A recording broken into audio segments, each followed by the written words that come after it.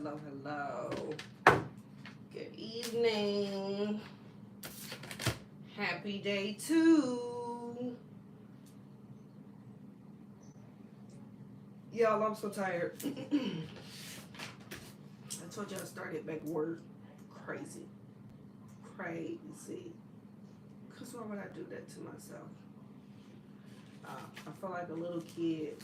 You know how they have like summer break and then they're just getting back to school and then they take like after school naps and stuff like that.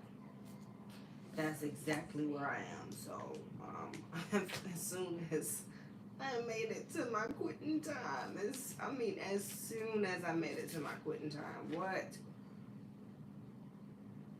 I was like, okay, I gotta go take a nap. And I literally went to go and take a nap. That's it. I just went to go and take a nap. And so I'm literally just waking up from the nap because the girl was tired. I'm still tired. And I haven't closed my rings, so I gotta close my rings and all the things. Anywho, we are here. I'm super stoked for us to be here. God is absolutely moving. We are on day 2 of the first fruit fast, and I just okay. Let's start there. So, of course, my name is Tricia, Prophet Tricia J. Yeah. See, I told you I just woke up. Prophet Tricia Jameson, and I'm super stoked that we are here. I am the servant leader and co-pastor of Truth Seekers Assembly. Whew. We are your favorite vitamin C church. We're cyber church, so that's what we do. We do meet annually and catch up monthly and quarterly and all the things in person. But we are a praying and fasting ministry. Super important. Super important. So we have been doing this for 5 ever. Since we started, I started out actually this entire ministry was birthed out of my obedience in prayer, and I started doing a early morning prayer and fasting the first 3 days of the month with Minister Medina Pullins. Dr. Medina Pullins, love her. She's such a sweetie. And man, so many great things happen from just participating in those calls. And then that's when the Lord told me I was called for ministry, and I was like, huh? I'm a background girl. It's like, girl, no, you're not. I need you to do these things. And it came full circle. So here we are, still doing the things. This is the first year that the Lord has been like, all right, you can come from underground. You can share these things outside of, like we were doing in like a private Facebook group, that sort of thing. So this is the first year that we have been like on YouTube and that sort of thing. But we are, again, a fasting and praying ministry. And we are, I call it your favorite vitamin C church. So we're your cyber church, helping to give you additional spiritual sustenance that you need for your everyday life on the battlefield, your spiritual journey, your walk in faith. Okay, so I'm tired.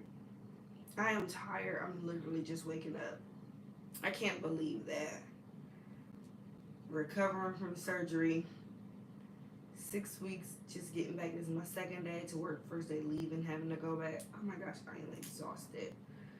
But I can't believe that we're on day 2.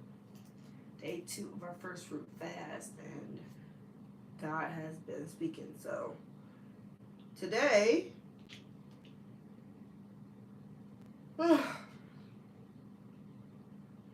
it's so funny.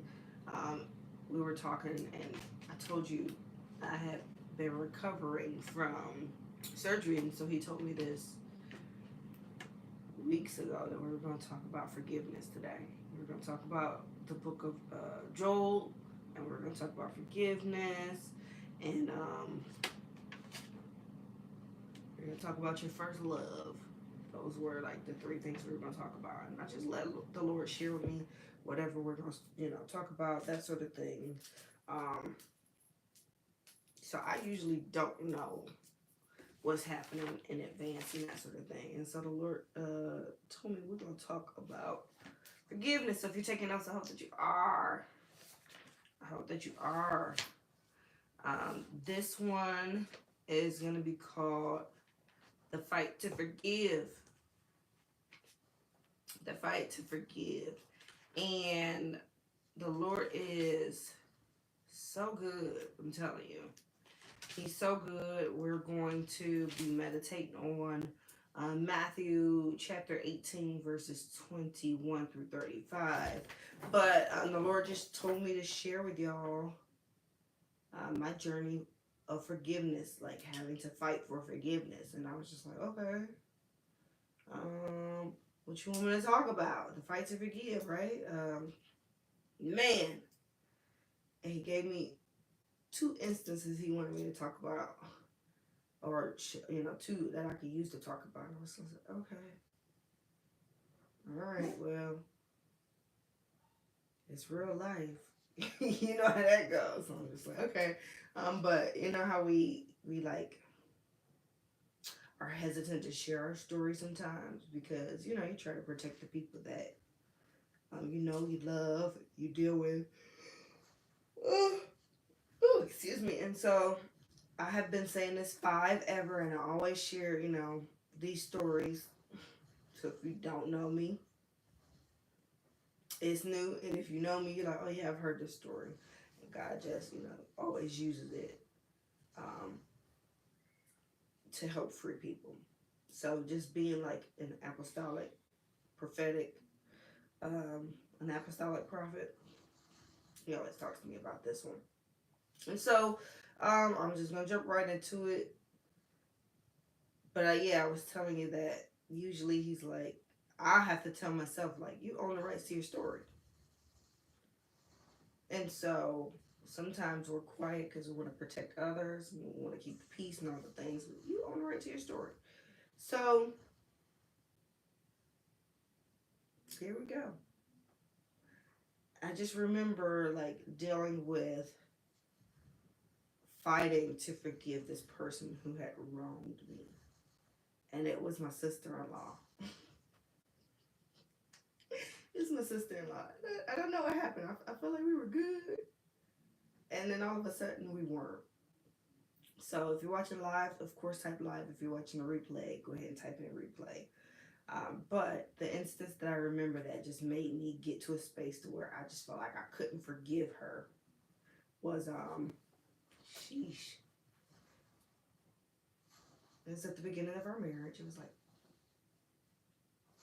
18, 19 years ago. And we had moved and we were staying in this house. Hey, and we were just enjoying ourselves. We were hanging out with one of the cousins. Like, John and I, we were just having a good time. And I just had A1. A1 was my little one. And we were living in his father, my father-in-law's house. He was renting the house to us. And it was cool, We had just moved out of the apartment. We were so happy. We were going to buy a house from him and all this stuff. And it was a family house. So we get to keep the family house and the family name. And it's going to be great. So we were hanging out with our cousin Leonard. I love him. He would always just stop over, him and Everett. They would stop over and hang out and check in on us. And she had come home from college, y'all. She had come home from college and came over. It was like an unexpected, unannounced situation. She came over and she busted past everybody.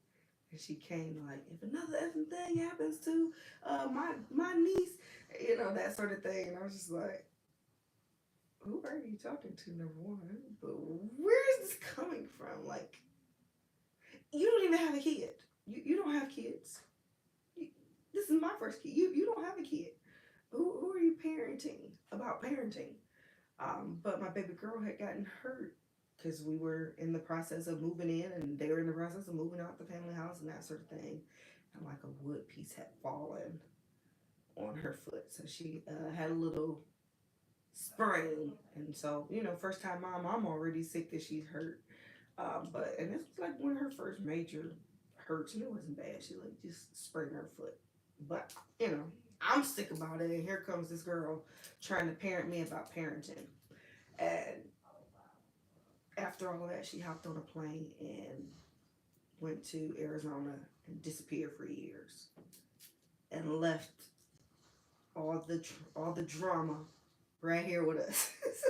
It was bad. It was bad. I can laugh now. Like we talk now. She, comes over and all the things, but it was bad. Like we didn't talk for years, and it was so bad that I didn't talk to his dad. I didn't talk to some sisters that had come too. Cause what was this? Like y'all kind of set me up. Uh, where is all this drama coming from? It just was so weird. It was so weird, and obviously it was the intention of the devil. But that was like one of the big things where I was like, I don't know if this marriage is gonna work because John and I had been really secretive about our marriage. Of course, we were young. People didn't want us to get married, that sort of thing, right? And so, shoot, I remember one of the elders called. One of the elders called him to influence him not to get married. Is like just to paint the picture of how young we were and like nobody thought it was gonna work. But we both like, sought the Lord. He was like, it's not gonna be easy, but you guys can do this. And so we were married for like a year and didn't tell anybody. And so this was like the first year that we were actually like out in the open married. And it was hell. And I was like, I don't know if this is gonna work. No, thank you. Like I love him, but marrying this family, eh, one star don't recommend. No, thank you. No, thank you. And so just being myself, like my kids they laugh and we joke and they call me a Latin because of my come up, just how I grew up. And John had like this picture perfect family, and somebody's coming back from practice and driving out. They had like this picture perfect family, like the Cosby's. Everybody knows them at church, and all the things. So like great reputation. And she's not in. Oh, hey, I'm recording. Come on in and stop the dogs from howling since you're home, and play with her away from the door because I'm recording. I hope you had fun practicing. Oh, good job, Ashley. I can't wait to hear. I love them. They're so cute. So, yeah, we're like trying to figure the things out. And I was just like, I don't know if this thing will work because I know I was going to marry him. I know I was marrying the family. And I know the family was going to be like this. And it was just one of those things where like, well, are you good enough? He could date somebody better. He could have been with somebody better. And it was just a whole bunch of nitpicky and it was just bad. Can y'all get the dogs, please? It was bad. It was bad. I was ready to leave. I was leaving him. Okay. It was so bad. I left the house that night. I cussed him out. I cussed his family out. And I left. Just bad. Because I want to fight. I want to fight. I'm a fighter. All my life I've had to fight. All my life I literally all my life I've had to fight. And so it was just like, this is what he was talking about. This is what God was talking about. I didn't know that it was going to be this bad. Uh, and so it was quite a journey to get back to us. And it required a little bit more isolation. And we would we didn't even speak. And it put him in a hard spot where he really had to choose between his wife and his family. We sat on a different side of church and all the things. And I think his dad thought we were going to be like asking for money all the time and that sort of thing. And so that was like a hard line because we didn't anyway. But you're young, so you usually need help, that sort of thing. Baby, what? We would go through it. we'll split $1 burrito at Taco Bell before we ask anybody for money. Like, that is how close we were. So I always say, like, that's my Rolly, that's my partner. Everything that we've gone through, it literally has been us together. But that was probably like one of our roughest patches, and I was just like, yeah, I don't want to do this. So usually, well, it's almost been 20 years that we've been married. I always say, like, we had one bad year. This was the bad year. Every other year was pretty much we were good. But this one, terrible. Get me out of here. What did I sign up for? But there was so much work in my heart that I needed to do because obviously I felt wronged. I was violated in my home. I'm trying not to fight and I'm saved and I love the Lord. And here this girl is who loved the Lord apparently, allegedly, and is being divisive and being selfish and in her business, in business that don't involve her. Like, none of this was your business in the first place. And so it made my heart so bitter because I hated that girl. I hated her. And it was just like, whenever I see her, it's on sight. Because, baby, I'm gonna get my lick back. I'm gonna get my lick back. It's what I'm thinking. Like, I hate this girl. I hate the way that you walk. I hate the way that you talk. I hate the way that you dress. I hate everything about you. I hate you. You're fake. I hate you. And I don't like fake people, okay? Be what you're going to be, and that's one thing that I've always just been like, you sure you want me to do ministry? Baby, I'm a truth teller.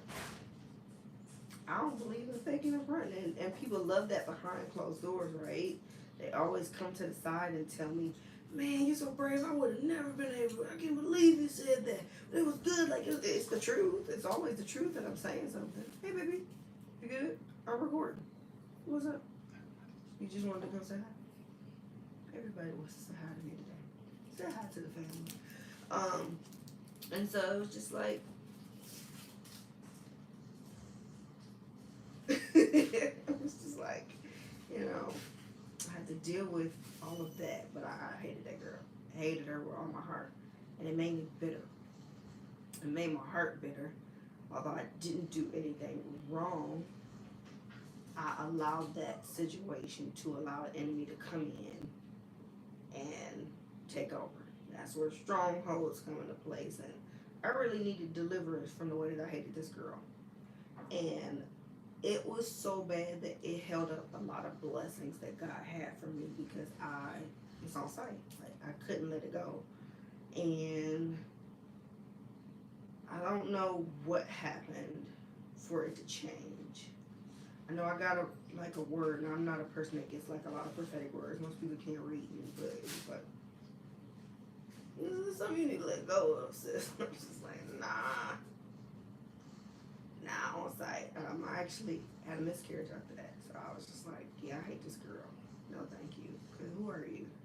And who told you to come to my house and act like this? Who told you could, treat me this way? And it was just like the me show. So I really had to work on my heart for forgiving her. And I wrestled with that for a long time. And I wrestled with God. Like, well, why do I have to forgive her? I didn't do anything wrong. I was out minding my own business, And I couldn't. I was just like, still. Already, I'm getting the word. Like, no, you need to forgive her. And I'm like, no, F her, actually. Some curses. Because I love the Lord, but I was definitely cussing. He cussed a little bit, No, F her. Like, no, thank you. I hate this girl. And it was a pure hate. Like, yeah. It was pure hate. So, I don't know. I just went through some more loss, of course. And then I just remember getting to a space, and I don't know, like, what led to it. I just got to a space where I was like, all right, God, okay. I forgive her. Like, just in words, right? I forgive her. Like, say her name, I forgive her. That's it. That's all I got. And I would just say that. And he would be like, okay, so pray for her. Pray for her. The girl who wronged me, I don't want to pray for her. I don't hate her anymore because I need to forgive her, but I don't like her. Still heavy on the dislike. I don't like her. I don't like her at all. And I began to have to like really sit with it and pray. And he's like, "Do you need to pray for her?" I'm just like, but I don't want to. So I'm like, okay, I'm praying for her. That would be like my line of prayer for her. Praying for her. I could laugh now because boy was that so childish. Like, what was I acting like that? What was I acting like that? Pray for her. And like, you know, I'm a prayer. Like, I am a prayer warrior. So I'm always praying about something. We pray and it's never just a quick prayer. And so I'm praying, but I couldn't pray for her. And I just kept doing, just pray for her. Lord, I pray for Tricia.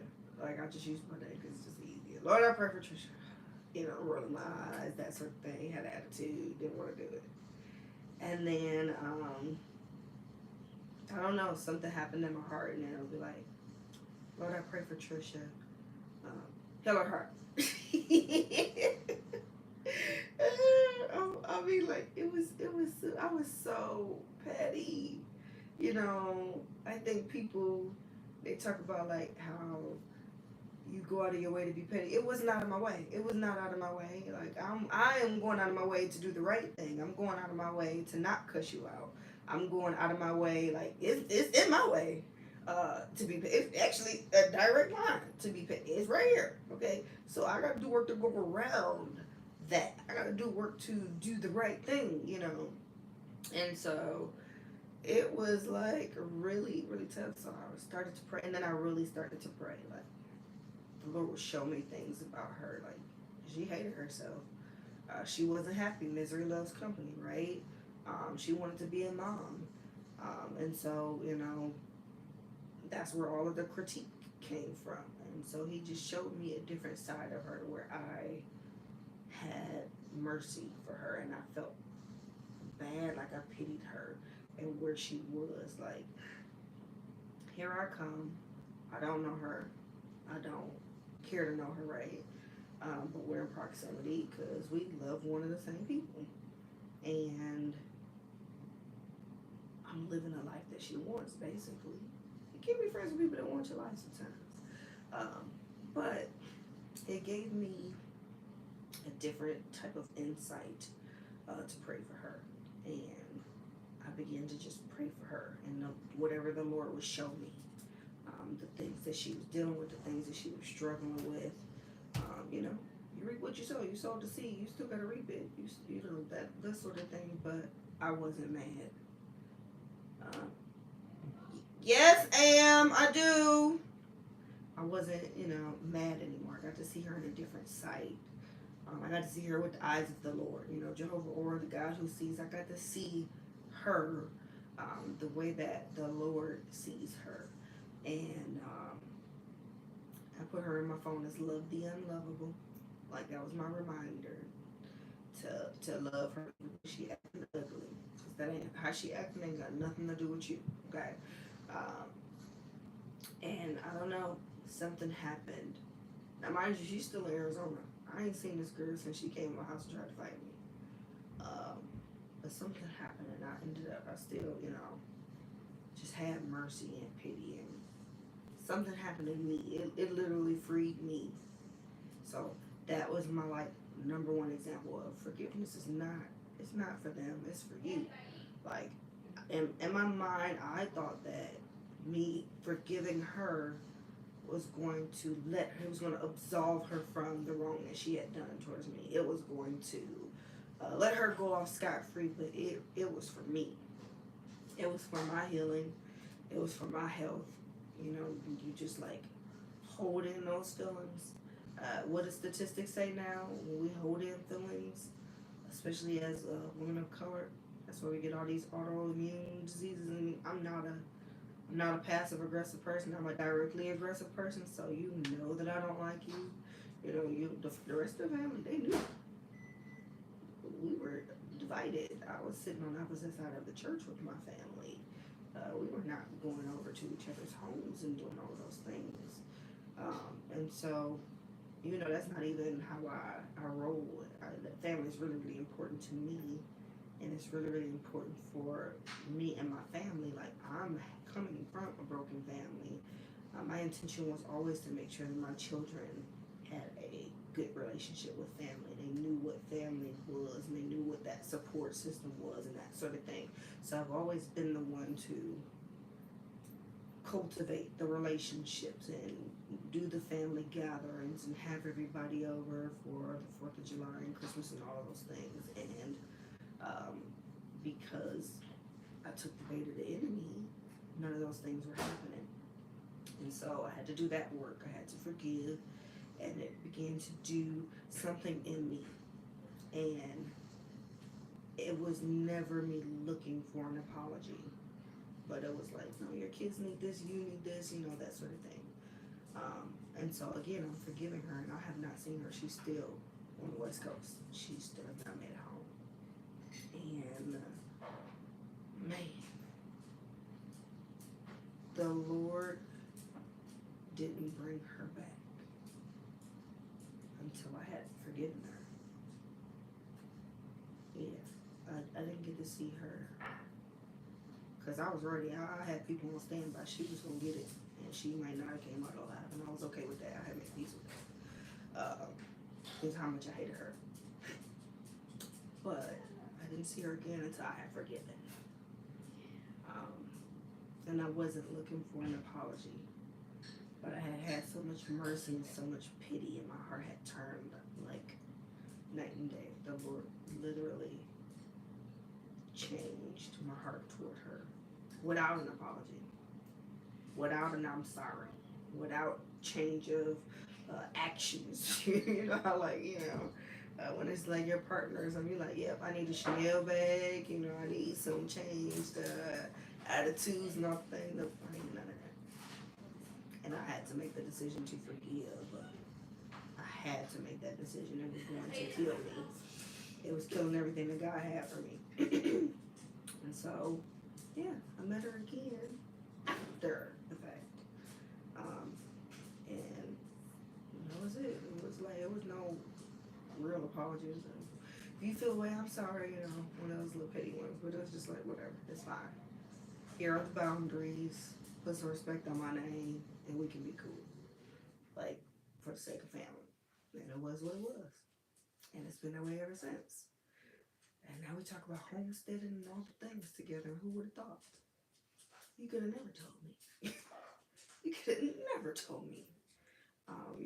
She'd be in my home again, and we'd be talking again, and that sort of thing. But God is really, really good. And so, when I look at Matthew chapter 18, let's go there. I'm even reading from, I don't know, what am I reading from, Tiffany? CSB.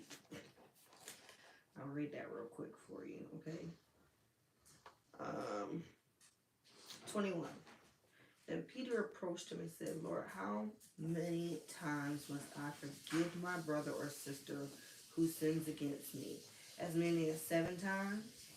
I tell you, not as many as 7, Jesus replied, but 70 times 7.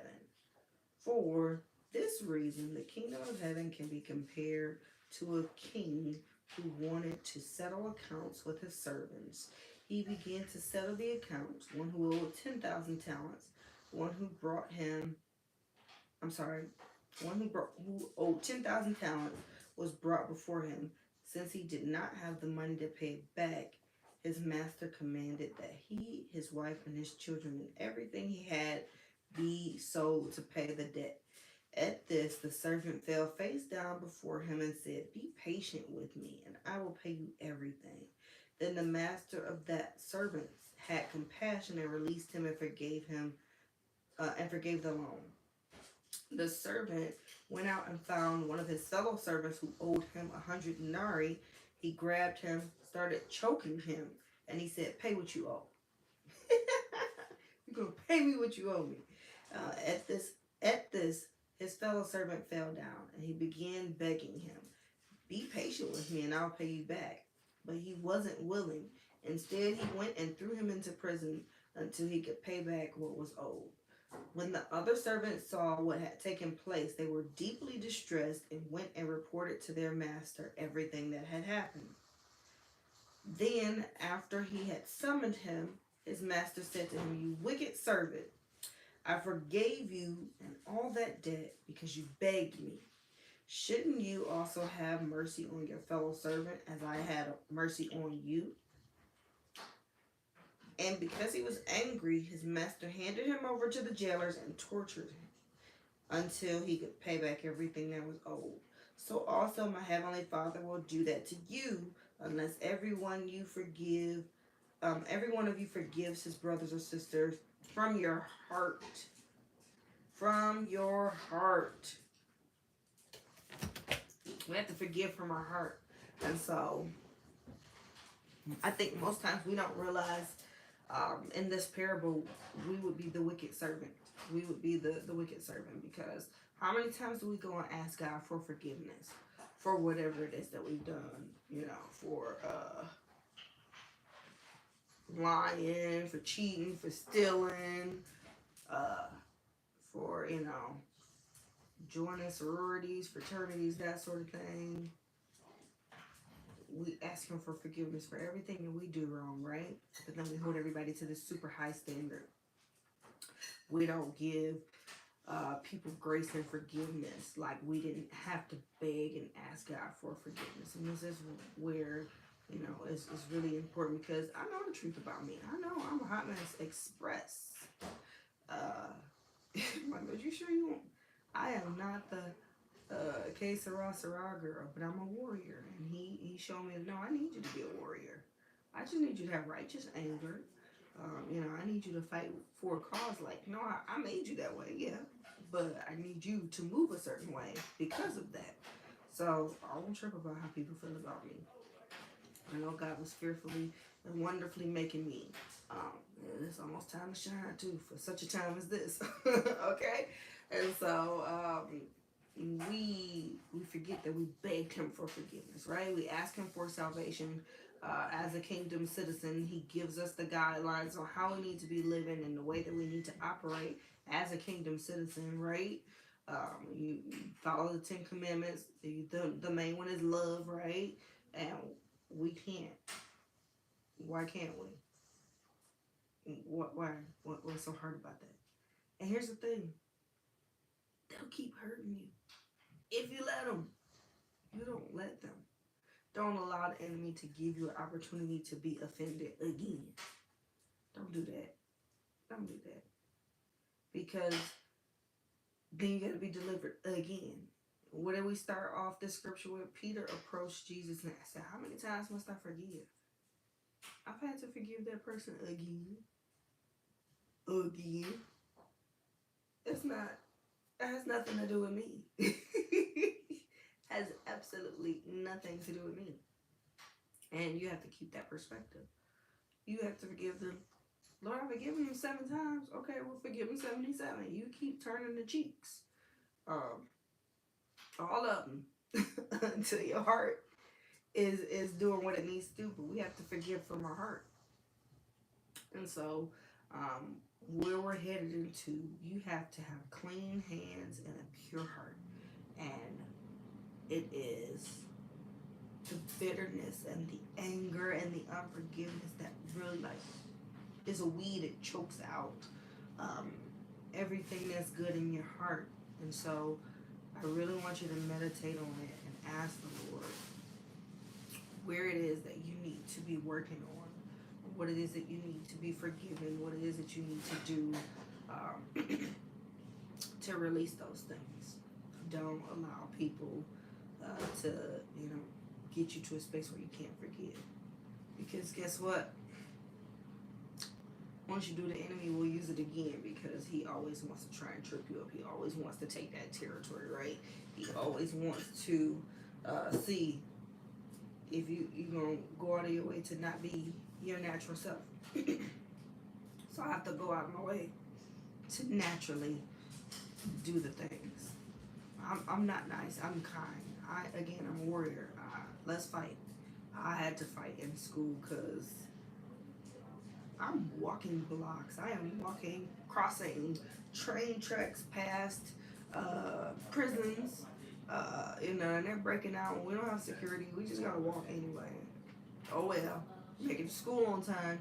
Walking to go to a middle school to paint the picture how bad they are. My middle school, they got banned from the Detroit Zoo.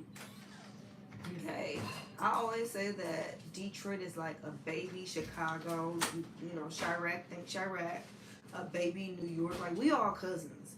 The amount of I don't give a, the amount of disregard for everybody but self. Yeah, them principalities, they all cousins.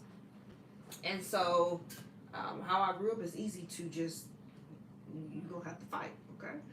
And I was going to fight because no, I basically fought for my whole life to get to this dang gone school, and then I did the same thing to get back home, and I did my homework. Why didn't you do your homework?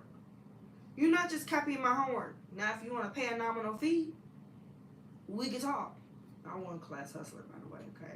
I was selling pencils, notebooks. You didn't come prepared? I was not. I'm tired of letting y'all borrow my pencils and stuff, okay? Because at this point, you're just never prepared. My mama needed to buy school supplies for me and you, and she wasn't buying me school supplies. So, yeah, nah, we out of here. And, yeah, they didn't like that, so I'll have to fight. I'll have to fight because, no, I'm not letting you do that. Get out of here. You're not copying my homework. I made the time to do it. Like I didn't. We all live in the same lives. I just did something different with my 24 hours. So I've always been this way, doing something different with my 24 hours. I don't know. I was made this way. I just always been cut from that type of cloth, and so I would fight so much, and I would always get in. Obviously, I didn't get in trouble like that because I wasn't the initiator of the fight. But I definitely come from the tribe of don't start none, won't be none. My mama, Thug Lisa, was not about to play those games with me. So if they were starting a fight, I needed to be able to finish the fight because there was no way I was coming home telling her that I didn't want to fight. Like she would be like, okay, I don't want to start it, but you need to finish it. And if you lose, you losing to me, pretty much, okay? So we gotta fight. Let's fight. Cause I'm not going home to Thug Lisa to duke it on her. She's not about to get me. I just did my homework, okay? I'm trying to do the right thing, and I gotta fight you because you don't want to. Get out of here. No, thank you. So yeah, it was a bad school. Okay, it was so bad. Like my teacher, Mr. Nettles. Shout out to Mr. Nettles. I wonder how he's doing. He stopped me one day. I would get there early because hello, I'm walking. I'm doing a track. And he was like, "You don't belong here." And I get that all the time. People are like, "You're not really from Detroit, are you? You're not from around here, are you?" I'm like, born and raised. Born and raised, okay? In the city of the city, still fight for my city. Love Detroit down, but, you know, Detroit is like, we're the celebrities, okay? Murder capital of the world sometimes. We're the celebrities. We ain't think about nobody but ourselves. It's like the mindset. And that's like the principalities that you got. It's a lot of depression here. Water. We're around the water, so it's like, oh, okay. Principalities. Those are things that are ruling. And it's just like, yeah, you don't belong here. He did research to find another school for me to go to. And I was just like, well, how am I going to get there? Because, hello, I'm walking to school as we speak. Doug Lisa at home, watching TV, smoking weed, and I am having to walk to school. Um, how am I getting to this school? So I had to put on my thinking cap and figure it out. And my best friend, Veronica, her mom, she had 4 kids. That's all I could think of. Like she fighting too. She fighting too because she doing her homework. Let me see what I can do. And when I tell you I love her mom down, I gave her an application. I got me an application. I filled out my application, turned it in. She filled out her application, and she took all of her kids out of the neighborhood schools, and she drove us every day for us to middle school down to downtown Detroit. And I went to Depsa Middle School, the charter school, because Cleveland was, it was rough. And God, I thank God for her. She literally just took me in as another kid, and I would like, walk over to my grandma's house after school to get home. But I had to think of the extra leg work and how to do that and figure it out. But yeah, Mr. Notes, he was like, yeah, you don't belong here. You're not supposed to be here. And I'm so grateful that he saw that in me. But yeah, I said all that to say, like, literally, that's how I was raised. It was in me to fight. So here I am, loving the Lord. I'm saved. I'm married. I'm praying. I'm somebody's mama. So this is the time where God is literally introducing me to the Holy Spirit and like showing me how to be a wife, how to be a mom. Walking me through Proverbs 31. Trying to figure out what wisdom looks like, and I'm fighting for my life, and I'm just literally stuck on the fact that I didn't do anything wrong. I didn't do anything. I didn't do anything wrong. And I was debating on if I was going to share it. His baby sister got pregnant recently, and the older sister cut everybody out. She obviously still wants to be mom. She cut everybody out of everything. So she did the baby shower. She did everything, and so the baby sister felt like she had to choose. So we weren't involved in any of the things. And oh my gosh, she's the cutest little thing. I'm just like, well, if you need some help, I'm here. But you gotta ask, because I'm not getting in that. And so Daddy felt the way too. Like, I'm an uncle, I wanna be there. She cut me out of this stuff too. And it was just like, you gotta forgive again. Quickly this time. Forgive again. And so it is what it is. People gonna people every time. You have to do what you need to do. You have to know people. You have to know people and their patterns. And when I tell you, I was just like, that's weird. But I don't really feel a way this time. I feel like I'm gonna step back. But I'm not mad. Baby, I have all my kids. I'm good. I'm good. But I've been like a sister mom to all of them. The older, the younger ones for quite a while. So I'm like, well, if you need me, but at the end of the day, I'm just married in. So I'm not going out of my way. I'm not crossing boundaries and doing all of that stuff. So what you need? Oh, closed mouths don't get fed. But I'm not going out of my way anymore. Okay. I don't know what to tell you. I raised mine. But I knew the enemy was trying to use it as an opportunity for me to be offended with her again. And I wasn't going for it. So, how many times do you need to forgive? 70 times 7. I remember I changed the name in the phone and I was like, oh, why do that? Because it's not to be mean when I change my names. I have like, your name, right? Until I don't. So, Thug Lisa is Thug Lisa. I have Love the Unlovable, right? Because she had to go back to Love the Unlovable. And it's just really for a reminder of me. When you had that, somebody you dating and you're like, girl, he don't like you. He ain't really checking for you like he's supposed to. I've definitely had a guy in my phone and then his name was This Ninja. So I just, wrap it up like, girl, when they call, when they text, you see and you know how to respond. And so, yeah, I can't do mama. Thug Lisa does not have a mothering bone in her body. So that's just going to set me up for disappointment. To be like, yeah, that's my mom in the phone. Obviously, she's my mom. Obviously, I love her. But she can't show up for you. She doesn't have the capacity to show up for you. She doesn't know how to do those things. That's stuff you have to still pray her through. I can't take offense to that. I mean, I can. Right? Because I'm always, I didn't even do anything wrong. So I can take offense. Why would I take offense when I know that that's what the enemy wants me to do? 70 times 7. That's what I should have called this. 70 times 7. I actually will probably change the title. 70 times 7, okay? But I've always had to fight to forgive, and that's why. So I had to share that fight with you. I had to share why I was always fighting. But I've had to fight to forgive. But on the other side is freedom. When I tell you, I don't lose no sleep now because I know, again, to start, I wasn't doing anything wrong. And trust me, I'm not an angel. But I'm one of those people like, yeah, I said it, and so what you gonna do? Or I said it, and I apologize. I was wrong. I shouldn't have said that.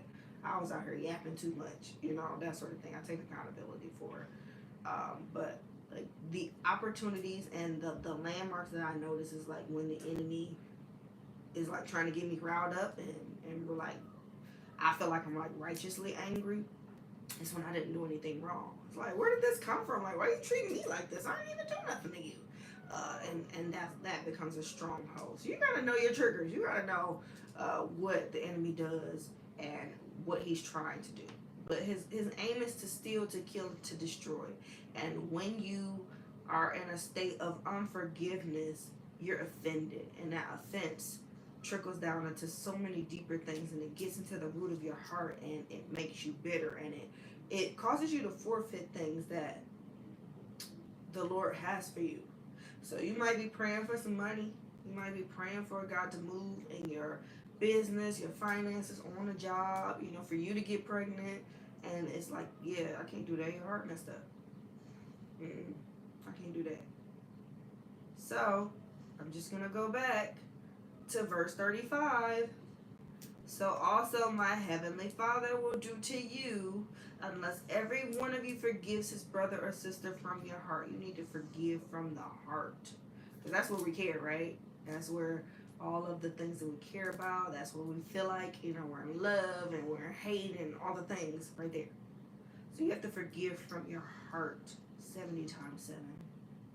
70 times 7. Whether you're right or wrong or whatever. Forgive. Because it's for you. It frees you from jail. It frees you from the emotional and spiritual strongholds that the enemy is trying to get you on. And he wants to take the territory. Don't let him. I'm going to leave it at that. I hope this story blessed you. I thought in my mind I was going to go deeper into but the parable is a parable. We the people. God is the ultimate servant. You know the truth about you. You know you. Forgive. Forgive fast. Forgive often. 70 times 7. And forgive from your heart. Yeah, I like that. Forgive fast. Forgive often. Forgive from your heart. Those are like the 3 key points I want you to know and apply. Because in this season, baby, you're gonna see some things. And you might feel away. Forgive fast. And it might come back again. Forgive often. Okay? And from the heart. Please. It can't just be, lip service. Remember, I was stink winner. I hated that girl. I don't have it in me to hate no more. I feel like, God bless you. I hope and pray that it works out for you. I sincerely do. So, 6 a.m. to 6 p.m.